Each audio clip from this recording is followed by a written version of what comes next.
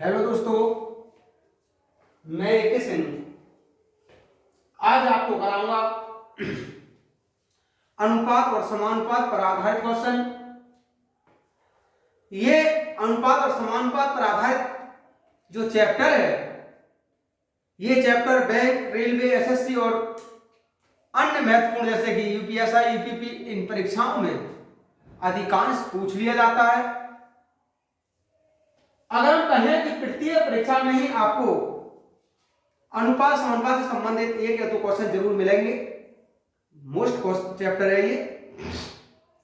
हमारे इस चैप्टर को आप पूरा देखने के लिए जो हम रोज वीडियो अपलोड कर रहे हैं, हमारी प्रत्येक वीडियो को लगातार देखते रहें तथा वीडियो को बिना भगाए पूरी देखें, जिससे कि कोई भी सवाल आपसे मिस ना हो जाए। और हमारे चैनल को सब्सक्राइब कर लें तथा दोस्तों को भी शेयर कर दें और उनसे सब्सक्राइब करा दें, जिससे कि जो भी वीडियो मैं रोज अपलोड करूंगा वो वीडियो सबसे पहले तुम्हारे पास तक पहुंच जाए। तो दोस्तों, जैसा कि ये क्वेश्चन है, एक थैला में 60 रुपए। हमेशा ये जो सवाल है कितने बड़े आपको लिखे हुए दिखाई दे रहे होंगे। बैंक के SSC में ऐसे सवाल अधिकांश या UPSI में ऐसे सवाल अधिकांश पूछे जाते हैं। इन सवालों को केवल पढ़ना है, पढ़कर समझना है, फिर उसके बाद बहुत आसान ट्रिक द्वारा इन्हें हल करना है। अगर हम मेथड से हल करने लगे तो हम एग्जाम का पेपर भी हल नहीं कर पाएंगे। हमें जैसे कि यही क्वेश्चन हल करना है। एक थैला में 60 रुपए है जो 5 रुपए, 2 रुपए और 1 रुपए के सिक्कों के रूप में है। कोई थैला है जिस थैले में 5 रुपए भरे हुए हैं और ये सारे 5 रुपए, 2 रुपए और 1 रुपए के सिक्के के रूप में भरे हुए हैं। 5 रुपए के सिक्कों की संख्या 2 रुपए के सिक्कों की संख्या की आधी है। यदि 2 रुपए के सिक्के 2x हैं, तब 5 रुपए के सिक्के कितने होंगे? इसकी आधी है तो x होंगे। आगे क्या कहा दोस्तों?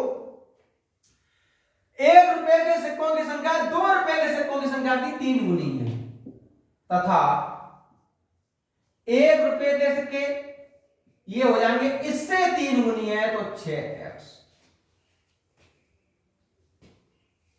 फिर समझिए, उसने कहा है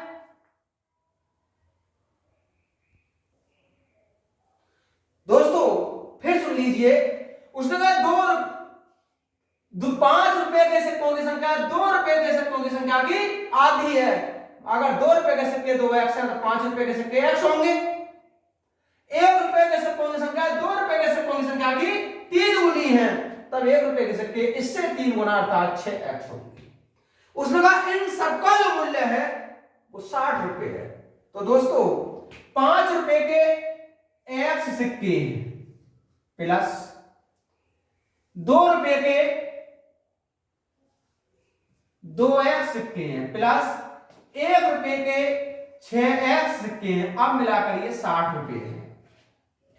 ये हुआ 5x, 4x, 6x बराबर 60। ये हुआ 15x बराबर 60, x बराबर हुआ 4। उसने कहा 5 रुपए के सिक्के कितने होंगे? तो 5 रुपए के सिक्के हमारे x यानी 5, तो इसका 5 रुपए के सिक्के कितने होंगे? तो 5 रुपए के सिक्के x और x का मान निकला दोस्तों 4, तो इसका ऑप्शन नंबर ए करेक्ट होगा। नेक्स्ट क्वेश्चन है दोस्तों, 2 रुपए, 1 रुपए और 50 पैसे के कुल 550 सिक्कों के कुल मूल्यों का अनुपात इतना है। आपके पास सिक्कों की संख्या दी है दोस्तों। 2 रुपए के सिक्कों की संख्या क्या होगी? जब संख्याकों में सिक्कों की दी है और अनुपात मूल्यों का दिया है। अब से पहले हमसे अनुपात रुपयों का देता था, तब सिक्कों की संख्या पूछता था। देखिए यहां रुपयों का अनुपात तो दिया, परंतु सिक्कों की संख्या पूछिए, फिर कहा है 2 रुपए के सिक्के कितने होंगे। तो एक बहुत आसान सी ट्रिक होती है। प्रत्येक प्रकार के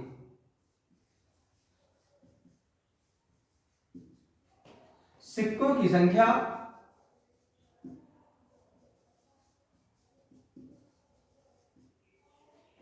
का अनुपात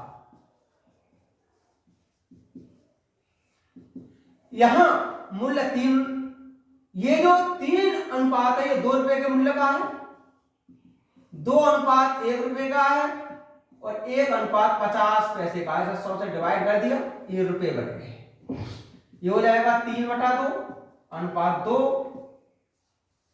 ये हो जाएगा 2, ये हुआ 3:4:4। दोस्तों उसने कहा 2 रुपए के सिक्के कितने होंगे, तो 2 रुपए के सिक्के, 2 रुपए का अनुपात 3 है, इनका योगफल 4 और 4 8 और 3 11 गुणा कुल सिक्के हैं 550, 11 पंजे 55 और 5 तियां 15। तो इसका मतलब हुआ दोस्तों कि 2 रुपए के सिक्के 150 होंगे।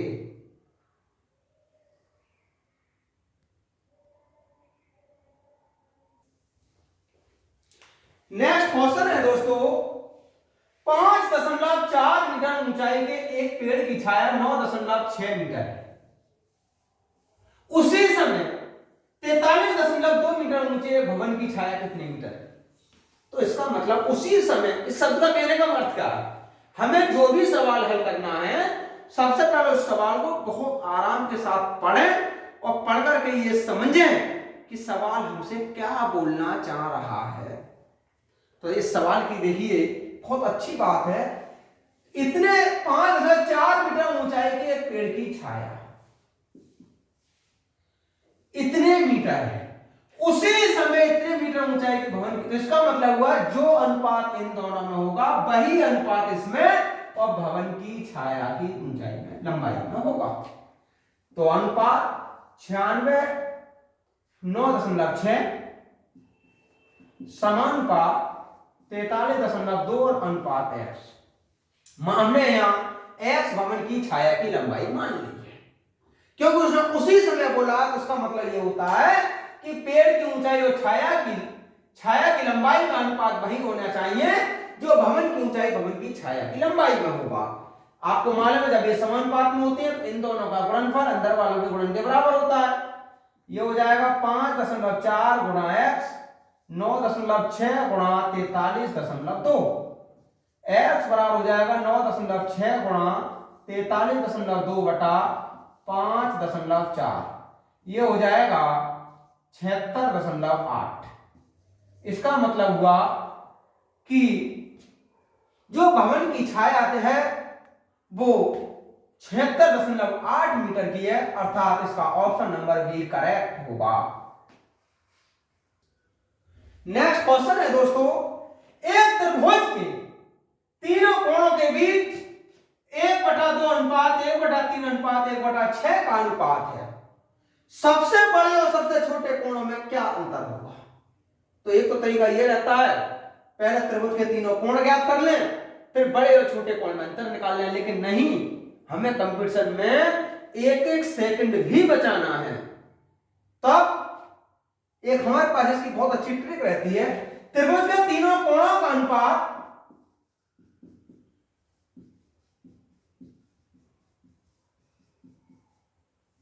ये दिया है 1/2 1/3 1/6। 3 तो 6 का एलसीएम निकाला 6 होगा, जब इसमें 6 का मल्टीप्लाई करेंगे तो 3, इसमें 6 का करेंगे तो 2 और इसमें करेंगे तो 1। अब उसने ये कहा है कि सबसे बड़े और सबसे छोटे कोण में क्या अंतर होगा। तो सबसे बड़ा तो ये होगा, सबसे छोटा ये होगा। तो देखिए कोणों में अंतर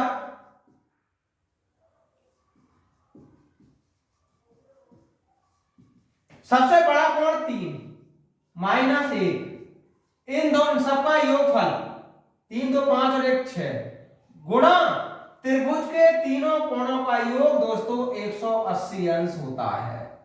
ये हुआ 2 गुणा 30 और ये हुआ 60 डिग्री।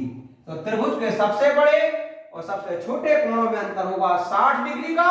इसका ऑप्शन नंबर 1 करेक्ट होगा।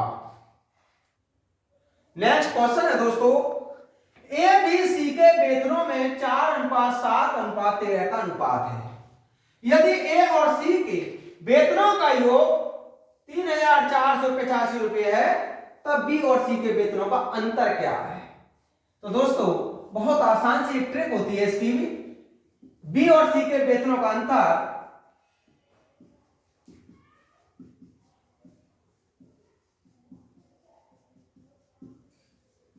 हमें दिया गया है, ए और सी के वेतनों का योग इतना है, तो ए और सी के, और अंतर पूछा है बी और सी के, तो बी का अनुपात इसमें कौन सा होगा 7 और सी का 13, इन दोनों का अंतर कर लो बटा हमें ए और सी का योग, तो 1:4 और सी का 13 गुणा इन दोनों का योग 3,485 रुपए है।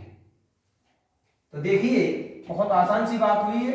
यहां से 6 बचा, यहां से 17 हुआ, 3,485, 17 दूनी 34, ये हो जाएगा 6 पंजे 30, 6 दूनी 12, 1230 रुपए।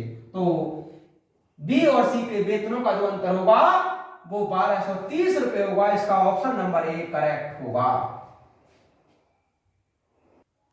नेक्स्ट क्वेश्चन है दोस्तों, एक टेप रिकॉर्डर और एक टीवी सेट के मूल्यों में 17:14 का अनुपात है।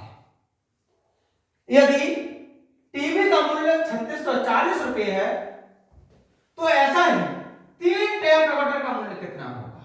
तो ये बहुत आसान सा ट्रिक होता है इसका। 3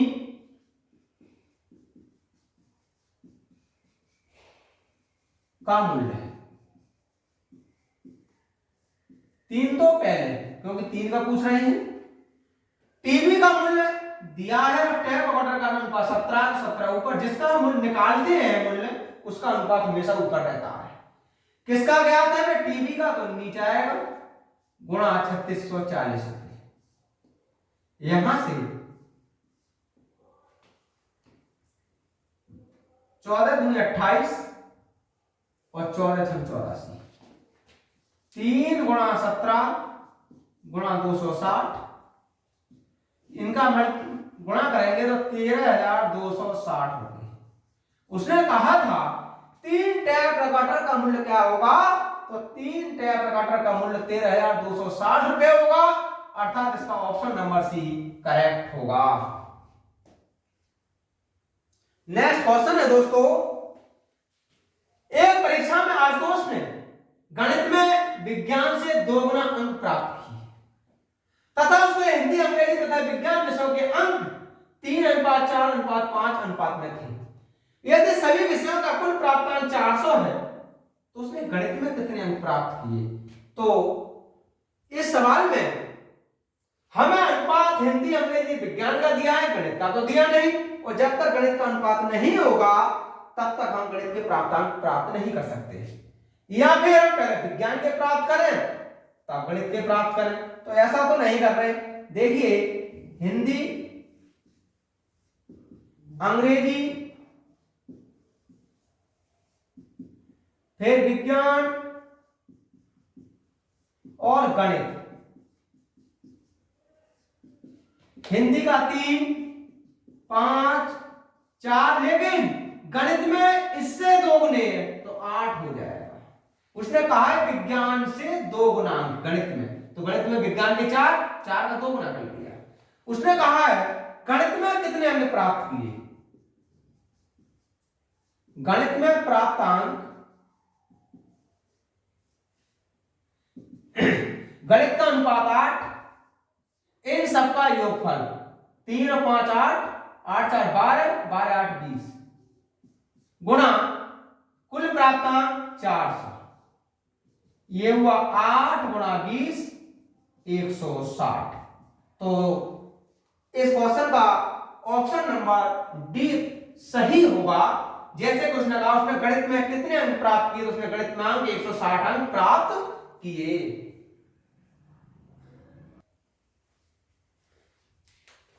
नेक्स्ट क्वेश्चन है दोस्तों, किसी स्कूल में लड़कों की संख्या का 1/3, लड़कियों की संख्या का 50% है तथा लड़कियों की संख्या का 10%, लड़कों की संख्या का 10%,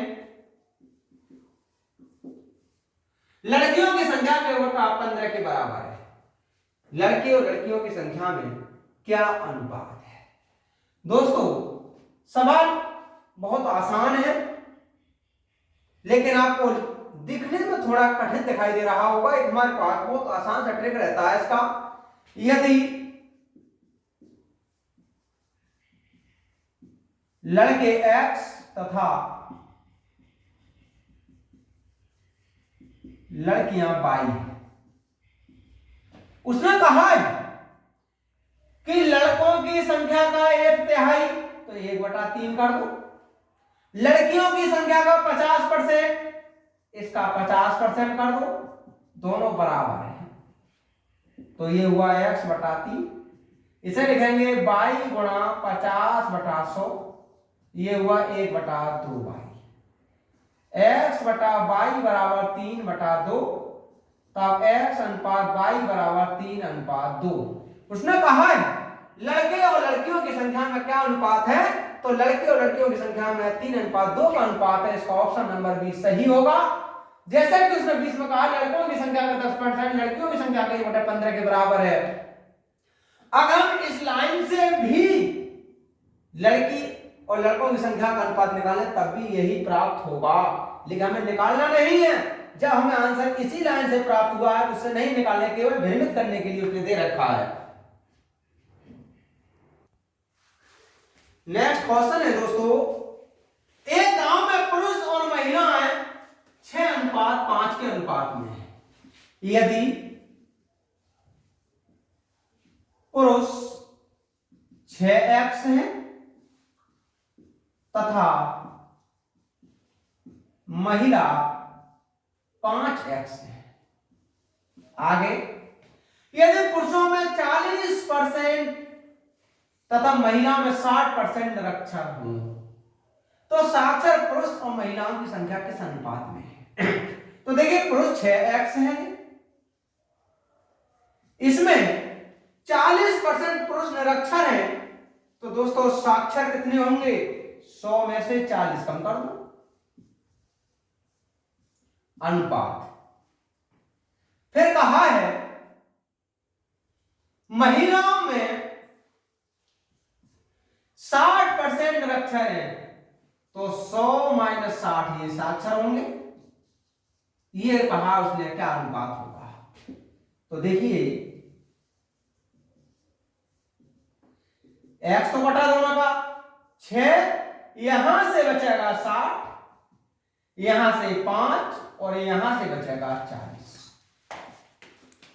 36, 5 गुणा 4, ये होगा 9:5। उसने कहा था साक्षर पुरुष महिलाओं में किस संख्या में अनुपात है, तो जो अनुपात होगा वो होगा 9:5। ऑप्शन नंबर सी इसका करेक्ट होगा। नेक्स्ट क्वेश्चन है दोस्तों, 60 लीटर मिश्रण में दूध तथा पानी 7:8 अनुपात में है। यदि 10 लीटर मिश्रण निकालकर दूध की उतनी ही मात्रा मिला दिया जाए, तब उसमें दूध और पानी का किस अनुपात में होगा? तो दोस्तों 60 लीटर मिश्रण था, 10 लीटर मिश्रण निकाल दिया, तो शेष मिश्रण कितना बचा?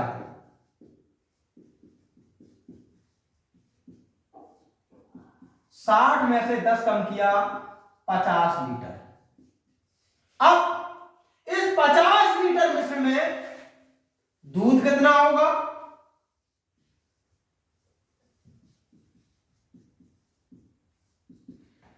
दूध का अनुपात 7 बटा इन दोनों का योग 15 गुणा 50, 5 या 15, 10, ये हुआ 70/3। अब पानी की मात्रा कितनी होगी?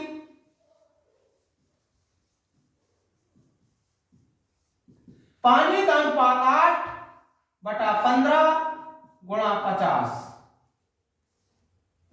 यहां से ये हो जाएगा 80/3 लीटर। अब उसने ये कहा है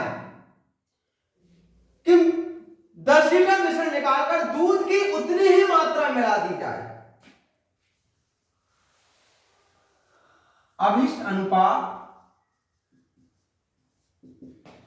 70/3 में 10 लीटर दूध मिला दिया, लेकिन जो पानी था वो इतना ही रहा। ये हो जाएगा 100/3 अनुपात 80/3। ये हुआ 10/8 अर्थात 5/4। उसने ये कहा था तब दूध और पानी किस अनुपात में होगा? तो दूध और पानी 5/4 के अनुपात में होगा।